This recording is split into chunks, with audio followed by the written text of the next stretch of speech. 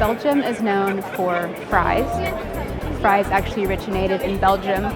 Belgium is also known for waffles, for mussels, for beer, and chocolate. Not to mention chocolate. Additionally, chocolate. White chocolate, brown chocolate, chocolate with almonds, fried shrimp. This is Brussels. Brussels is the capital of Belgium. Belgium has 3 official languages: French, Dutch, and German. There are several very influential people who were born here in Belgium, including many artists, many world-class soccer players, and last but not least, the action movie star, Jean-Claude Van Damme. To the Egyptians in the audience, Jean-Claude Van Damme is well known for his latest appearance in the Ramadan show with Ramiz Galal.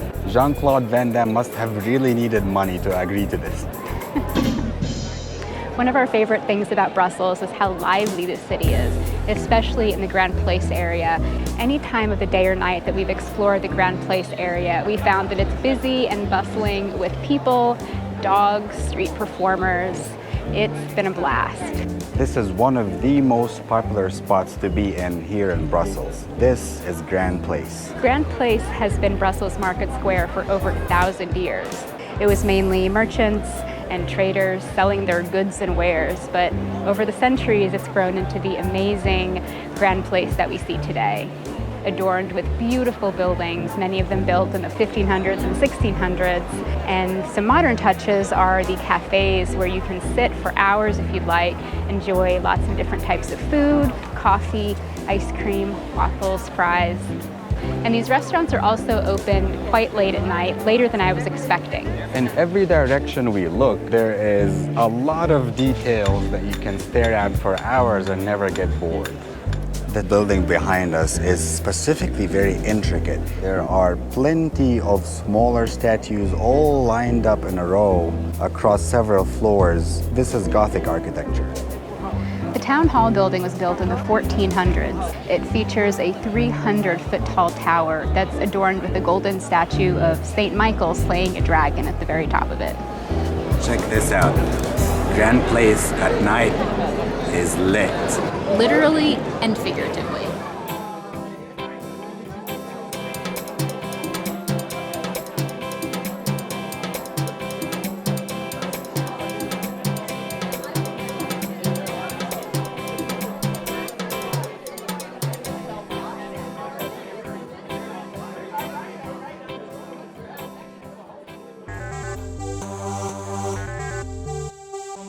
This is the Atomium, one of the most popular landmarks in all of Brussels. The 9 stainless steel spheres are connected in such a way as to be a representation of an iron crystal.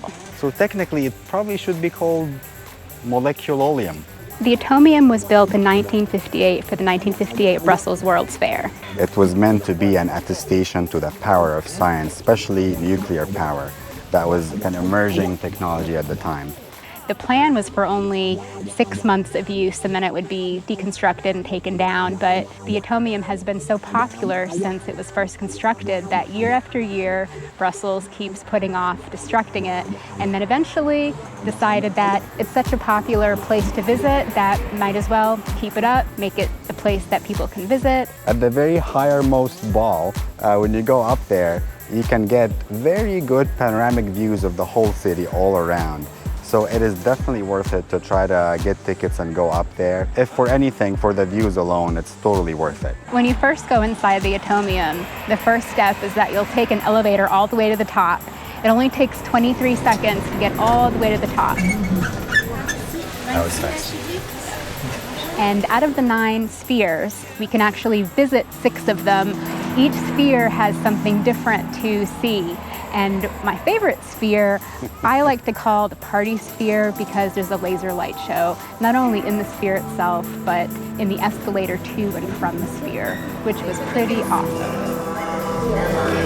This is the party ball.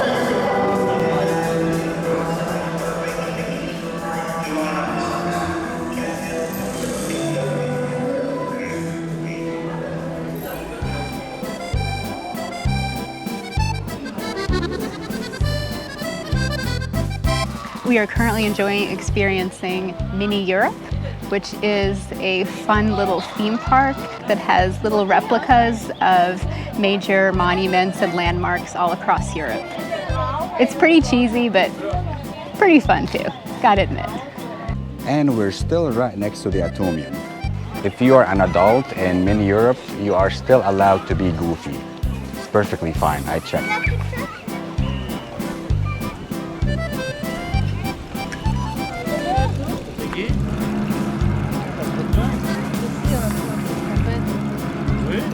This is the miniature version of Grand Place, which is also in Brussels. If you like miniature trains and boats and buildings, this is a place for you. Even if you're an adult, it's okay. It's okay, it's allowed.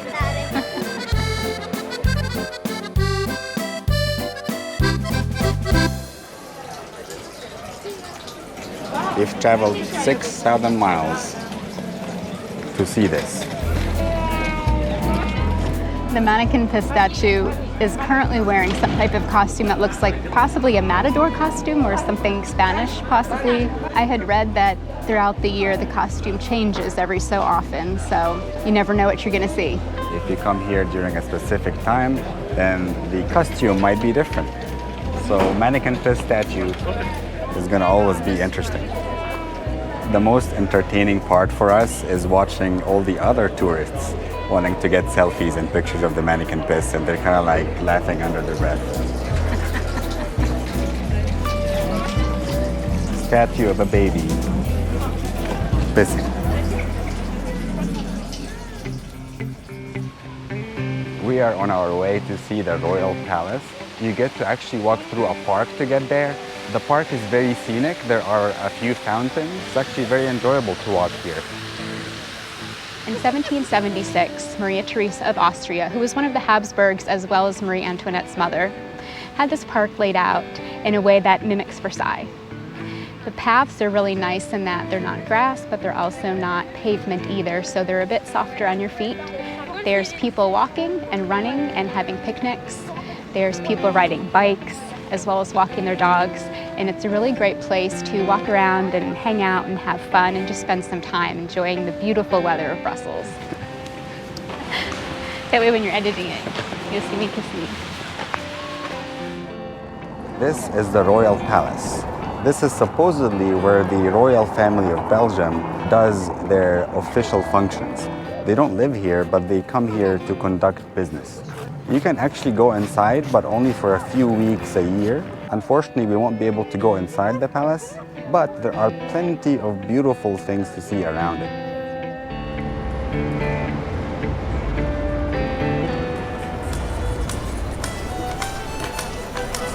This garden is called Mont des Arts. It's a very unique area. You get to see all the way towards the historical downtown of Brussels. You can actually see the tip of the City Hall building.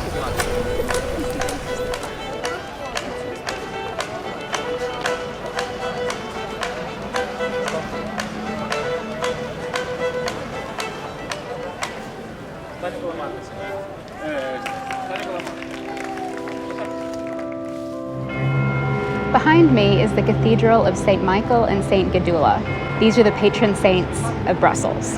In the 9th century, there was a chapel that was built in this very same place that was dedicated to St. Michael. It stayed there for a couple hundred years until around the 11th century when a Romanesque church, which was the very beginnings of this church, replaced it. Over the next several hundred years, the church that you see behind me was built. It took a very, very long time to build, and if you tour the inside and outside of it, you can easily see why. It's an incredibly, incredibly intricate example of Gothic architecture. Inside the church is also probably the largest, not probably, definitely the largest pipe organ I've ever seen. It almost looks like it's just floating in midair. Such incredible detail.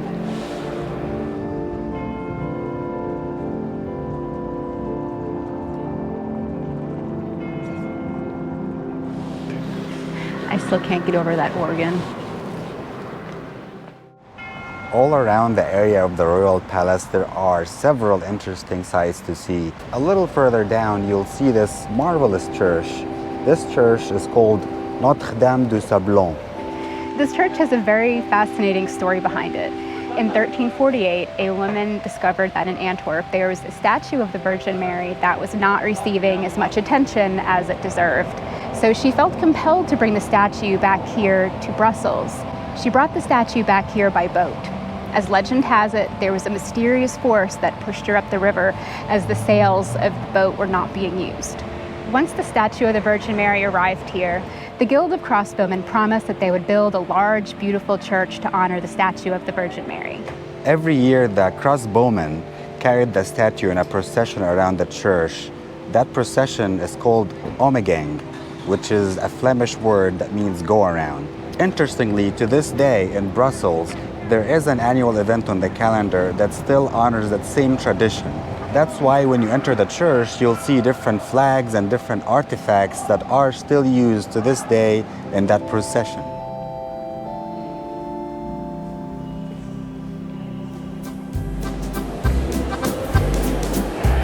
The street that we're in is called the Royal Gallery of Saint-Hubert. It's very close to Grand Place. You walk through and you're surrounded by amazing chocolate shops. The kind of chocolate that is top-notch quality. And I do believe that most of this chocolate is actually made in-house. So there's no place like this in the world. There are so many chocolate shops and chocolate is delicious. So the following segment, it's gonna be of nothing but chocolate. So there we go.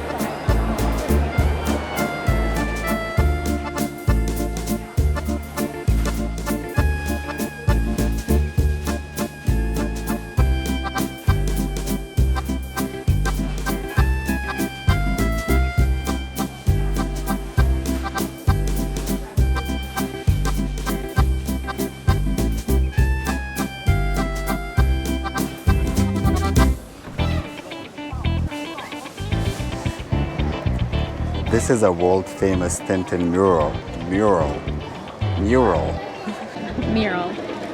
This is a world-famous Tintin mural. And as you can tell by the t-shirt, I'm a huge Tintin fan for life. Around every corner that you go in Brussels, there's always some kind of Tintin artifact around every corner. I love Brussels. The reason why I like Tintin so much is growing up reading it have really influenced my current day aesthetic taste and the very simplistic lines that expresses a lot of emotion in the simplest of forms. Growing up in Cairo, I read most of the Tintin stories in Arabic.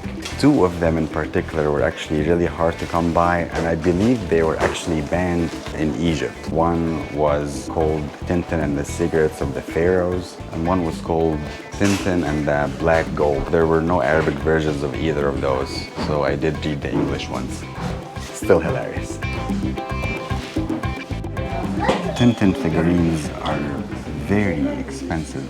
It's still under copyright, so there is no Chinese knockoffs of them, at least that I know of.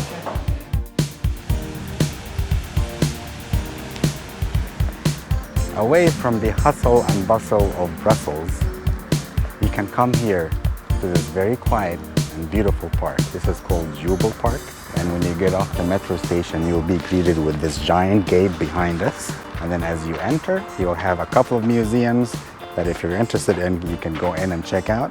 Otherwise, you can go to the park, chill, have a picnic, sit on a bench, play with a soccer ball, whatever you like. Coming here to Jubel Park is a very relaxing way of ending an exceptional visit to Brussels and Belgium.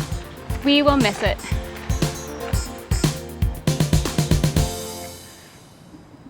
Belgium is also known for having